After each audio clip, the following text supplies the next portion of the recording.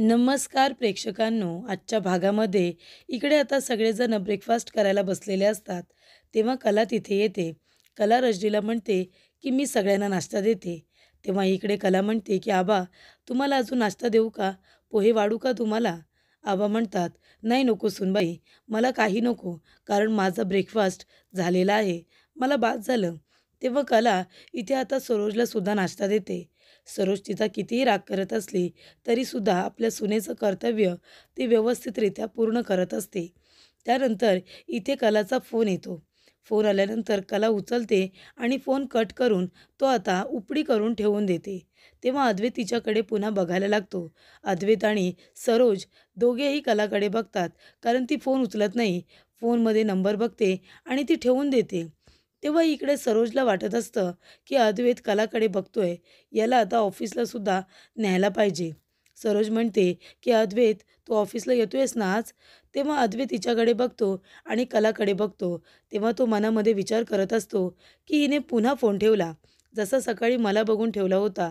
मी तिथे गेल्यानंतर तिने बोलणं बंद केलं आणि नाव मला दिसू नये म्हणून तो फोन तिने स्क्रीनवरती ठेवला होता. तेव्हा अद्वैत म्हणतो, आणि आताही तसं केलं. मी जर ऑफिसला गेलो तर ही पुन्हा त्याच्याबरोबर बोलेल, ज्याच्याबरोबर ती आधी बोलत होती, आणि मग मला तिला पकडता येणार नाही. आता ही कुणाजवळ बोलते हे कळणं मला जास्त गरजेचं वाटतंय. तेव्हा सरोज म्हणते की अद्वैत, अरे तुझं लक्ष कुठे आहे? मी काहीतरी विचारते ना तुला. तू येणार आहेस ना आज ऑफिसला? जर जात असशील तर आपण दोघेजणं सोबतच निघूया, कारण मी तयार आहे. तू सुद्धा जाऊन लवकर तयार हो. तेव्हा अद्वैत म्हणतो, नाही आई, खरं तर मला यायचं होतं, पण मी खूप थकलो आहे गं. त्याच्यामुळे मला ऑफिसला येऊन आता काम होणार नाही आहे. मी थोडंफार काम घरूनच करेन, ऑफिसला नाही येत आज. तेव्हा इथे सरोज म्हणते, तुला बरं वाटत नाही आहे का? डॉक्टरांना बोलू का? तेव्हा अद्वैत म्हणतो, नाही आई, मी जरा थकलो आहे एवढंच, बाकी काही नाही. तू ऑफिसला जा, मी घरूनच काम करेन. तेव्हा सरोज म्हणते, ठीक आहे. तेवढ्यातच तिथे राहुल येतो. राहुल म्हणतो, सरोज मामी, अगं मी जातो आहे ना ऑफिसला, हे काय मी तयार आहे. ते काय ऑफिसमध्ये खूप काम आहे ना, तेव्हा जावं लागतं, काम तर करावं लागतं ना. पेंडिंग वर्क आहे, खूपच जास्त वर्कलोडसुद्धा आहे. तर इकडे प्रेक्षकांनो, राहुल आता अद्वैतच्या पुढे पुढे करण्याचा प्रयत्न करतोय, म्हणजे अद्वैत मागे आणि राहुललाच बिझनेसची काळजी असं तो दाखवत असतो. तेव्हा इकडे कला म्हणत असते की राहुल, तुला नाश्ता देऊ, नाश्ता करून जा ना. तेव्हा राहुल म्हणतो, नाही नको, मला नाश्ता वगैरे नको. काय आहे ना, कामाच्या समोर मला नाश्ता वगैरे काही दिसत नाही. तेव्हा मला काही नको आहे. मी आधी काम करतो आणि जर भूक लागली तर मी खाईन. त्यानंतरला इकडे अद्वैतला आता आबांनी सांगितलेलं असतं, दिव्या अगरची डील राहुलने इथे फायनल केलेली आहे. तेव्हा अद्वैतला सुद्धा आनंद होतो आणि तो कॉंग्रॅच्युलेट राहुलला करतो. राहुल म्हणतो, सरोज मामी, निघूया का आपण? तेव्हा सरोज म्हणते, हो आपण निघूया ना. तेव्हा रोहिणी येते आणि म्हणते, बघितलंस ना सरोज वहिनी, अद्वैत ऑफिसला येत नाही आहे. तो थकलाय ना, दमलाय खूप. याचं कारण तेच आहे ना, की दुसरं कुठलं? कलासाठी तर थांबत नाही आहे ना. तेव्हा सरोज म्हणत असते की रोहिणी, तू बघितलंस ना, तुझ्या समोरच त्याने मला सांगितलं, तो खूप जास्त थकलाय, त्याच्यामुळे तो कामामध्ये लक्ष नाही देऊ शकणार. तो घरी राहायला आराम केला आणि घरूनच काम केलं ना आज, तरीसुद्धा चालेल, काही हरकत नाही आहे. तेव्हा राहुल म्हणतो, मामी चल निघूया ना. सरोज म्हणते, हो निघूया. तेव्हा इकडे अद्वैत कलाकडे बघत असतो. कलाला आश्चर्य वाटतं. ती त्याच्याकडे बघते आणि मनामध्ये विचार करत असते, काय झालंय, चांदेकर माझ्याकडे असा का बघतोय? त्यानंतर इकडे संगी आणि कला दोघीजणी जेवण करत असतात. तेव्हा कलाचं लक्ष मात्र नैनाकडे असतं. नैनाला राहुल सारखा मेसेजेस वगैरे करत असतो पैशांसाठी. तेव्हा ती खूप जास्त टेन्शनमध्ये असते. तेव्हा नैना म्हणते, ह्या सौरभचं काय करू मी? सारखा आपला मेसेजेस फोन करत असतो, याला कुठून पैसे देणार आहे मी? त्याला सांगते थोडा वेळ दे, तरी पण ऐकत नाही आहे. तेव्हा कला मात्र नैनाकडे बघत असते. तेव्हा संगी म्हणते, बघितलंस ना, अशी ही सारखी एकटीच बडबड करत असते, कुणाशी काही बोलत नाही, कुणाला काही सांगत नाही, फक्त लोकांच्या अंगावरती ओरडायचं एवढंच येतं हिला. आणि का अशी वागते विचित्र मला कळत नाही. आता तिचा महिनासुद्धा जवळ आलाय, हिने स्वतःची काळजी घ्यायला नको का? बघ, बघ कशी चिडचिड करते. तेव्हा कला म्हणते, हो आई, मी पण बघते ती, पण मी शोधून काढेन की नक्की या चिडचिड करण्याचं कारण तरी काय. तेव्हा इकडे नैना म्हणते की कला, अगं कॉफी रेडी आहे की नाही, लवकर दे ना. एखादं काम सांगितलं तर ते लवकर करतासुद्धा येत नाही. तू देतेस कॉफी की मी बाहेरून ऑर्डर करू? तेव्हा इकडे कला म्हणते, नाही झाली. आणि ती घाईघाईने लगेच नैनाला कॉफीसुद्धा आणून देते. तेव्हा नैना म्हणते, "काय कॉफी बनवली आहेस तू? एवढी कडू? अगं तुला कॉफी बनवता येत नाही का?" सगळा मूड ऑफ करून टाकला माझा. मला ना काही कुणाशी बोलायचंच नाही आहे. तेव्हा इकडे नैना चिडचिड करत असते. कारण सौरभ सारखा तिला फोन करत असतो, मेसेजेस करत असतो, की मला पैसे हवेत, पैसे हवेत. आणि या सगळ्यामध्ये चुकी पण नैनाचीच आहे. कारण नैना त्याच्याबरोबर प्रेमाचं नाटक करत असते. त्याला आपल्या इथे चाळमध्ये तिने गुंतून ठेवलेलं असतं. तेव्हा इथे संगे म्हणते, "बघितलंस ना कले, अगं कशी अंगावरती ओरडते ही, तुझ्यासुद्धा अंगावरती खेक असली ना?"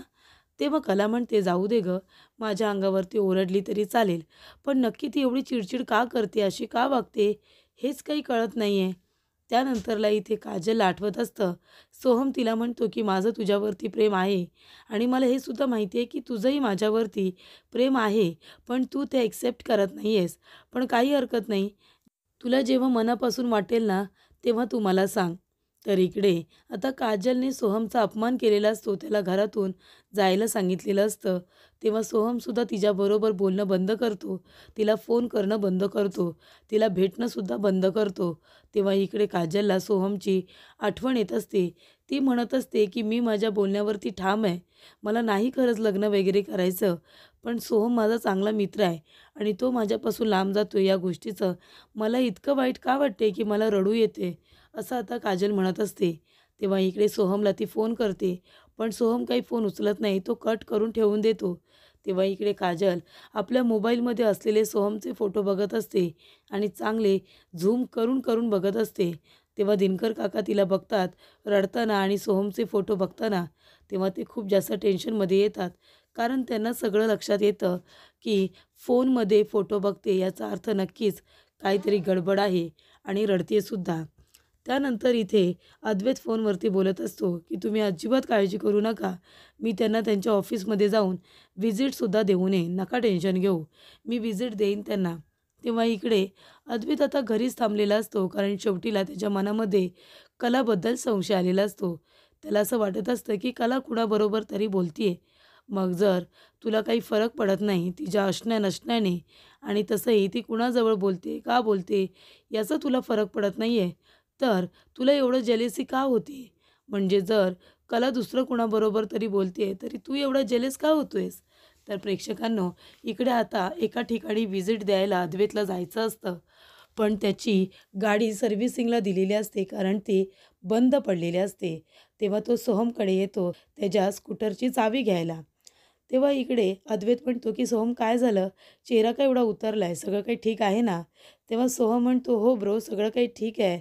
माझा एक जवळचा मित्र आहे ना, त्याच्याबरोबर जरा माझं भांडण झालं आहे आणि म्हणून मी थोडा अपसेट आहे, बाकी काही नाही." तेव्हा अद्वैत म्हणतो, "अच्छा, म्हणजे मित्राबरोबर भांडण झाले म्हणून तू अपसेट आहेस का? हे बघ सोहम बाळा, असं नाही करायचं. तू या घरामध्ये सगळ्यात लाडका आहेस आणि आणि सगळ्यात महत्त्वाचं म्हणजे सगळ्यात लहान आहेस. त्याच्यामुळे तू आमचं शेंडाफळ आहेस. कधी काम करायचं आहे तेव्हा कर. पण आपली एवढी मोठी कंपनी आहे. तुझे हे स्किल आहेत ना, तिथे सुद्धा तू वापरू शकतोस." तेव्हा तो सांगतो, की "मला जरा चावी हवी होती. तुझ्या गाडीची तू देशील का?" तेव्हा इकडे सोहम म्हणतो, "दादा विचारतोयस काय? अरे मागून ने, की मला हवी आहे म्हणून." आणि तो गाडीची चावी देतो. तर इथे नयना म्हणत असते, की "आता माझ्याकडे हे छोटेसे दागिने आहेत ते मी नेऊन देते." तर इथे इयरिंग्स असतात.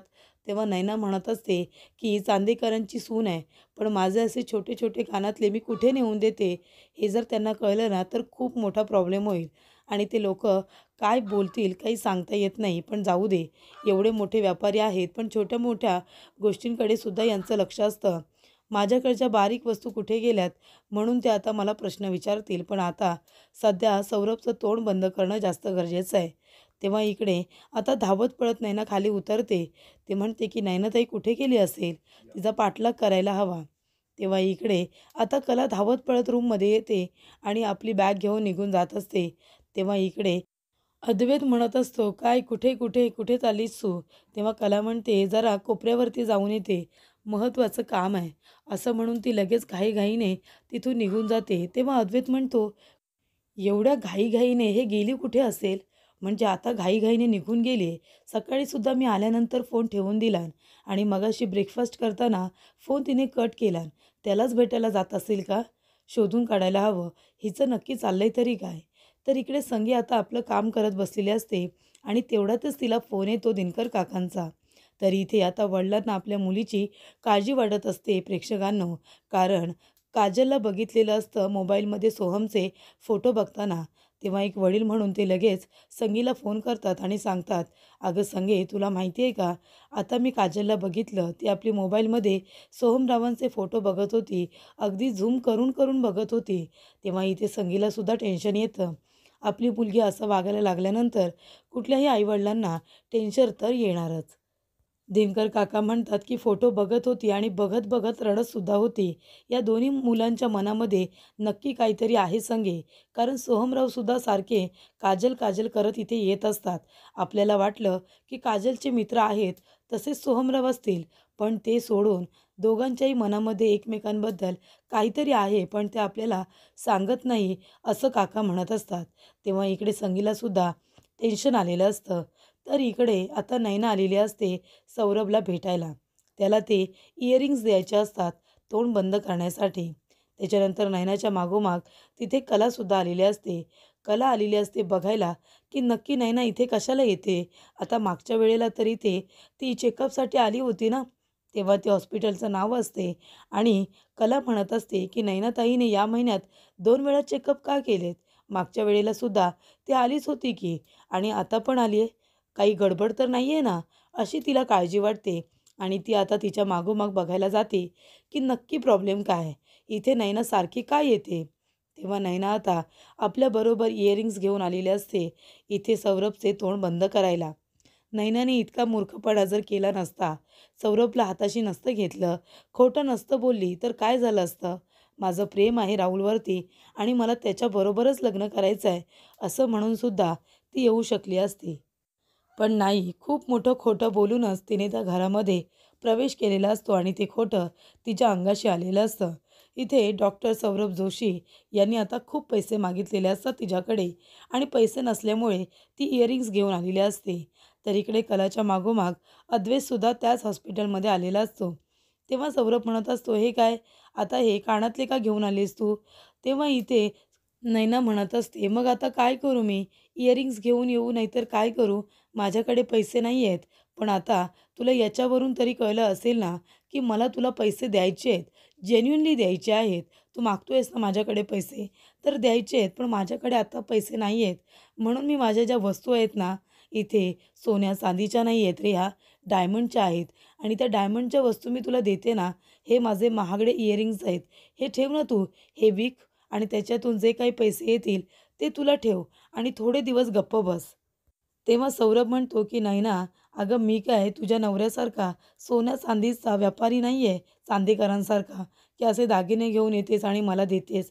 हे बघ, मला पैसे हवेत, तेव्हा तू मला पैसेच देत जा, बाकी काही नको." तेव्हा नैना म्हणते, "पण आता ती सीडी देतोयस ना तू मला?" तेव्हा सौरभ म्हणतो, "अजिबात नाही. हे इयरिंग्ज मी विकेन. याच्यामध्ये किती पैसे येत आहेत ना, ते मी बघेन आणि तेव्हाच ठरवेन तुला सीडी द्यायची की नाही. पण आता तुला सीडी नाही मिळणार आहे.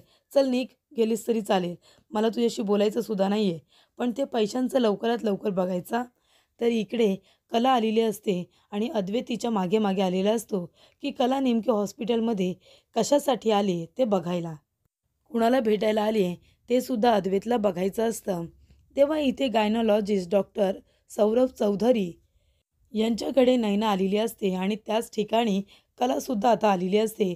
तेव्हा अद्वैत मागे मागे येतो आणि म्हणत असतो, की गायनॉलॉजिस्ट डॉक्टर सौरभ चौधरी, याचा अर्थ हे तर स्त्रीरोग तज्ज्ञ आहेत. मग यांच्याकडे ही खरे कशाला आली असेल, असं अद्वैत म्हणतो आणि तो डोक्याला हातच लावतो. तर पुढील भागामध्ये आपण बघूया. इथे आता कला आलेली असते सौरभच्या केबिनमध्ये. ती सौरभला म्हणते, की "सौरभ, अरे नैनाताईची डेट काय काय सांगशील का? तारीख काय दिलीस तिला?"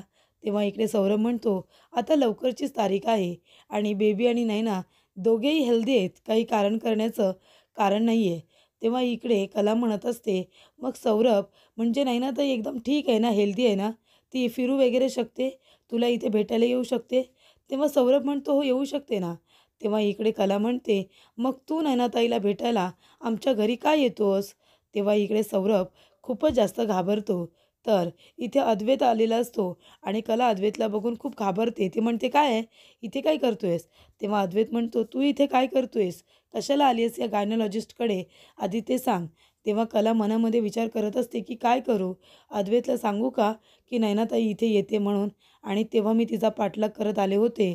असं आता कला विचार करत असते आणि अद्वैत तिला विचारत असतो, "काय झाले ते सांग. इथे कशासाठी आली होतीस?" पण इथे कला आता गप्प बसलेली असते. ती तोंडातून शब्द काढायला काही तयार नसते. ती फक्त विचारच करत असते.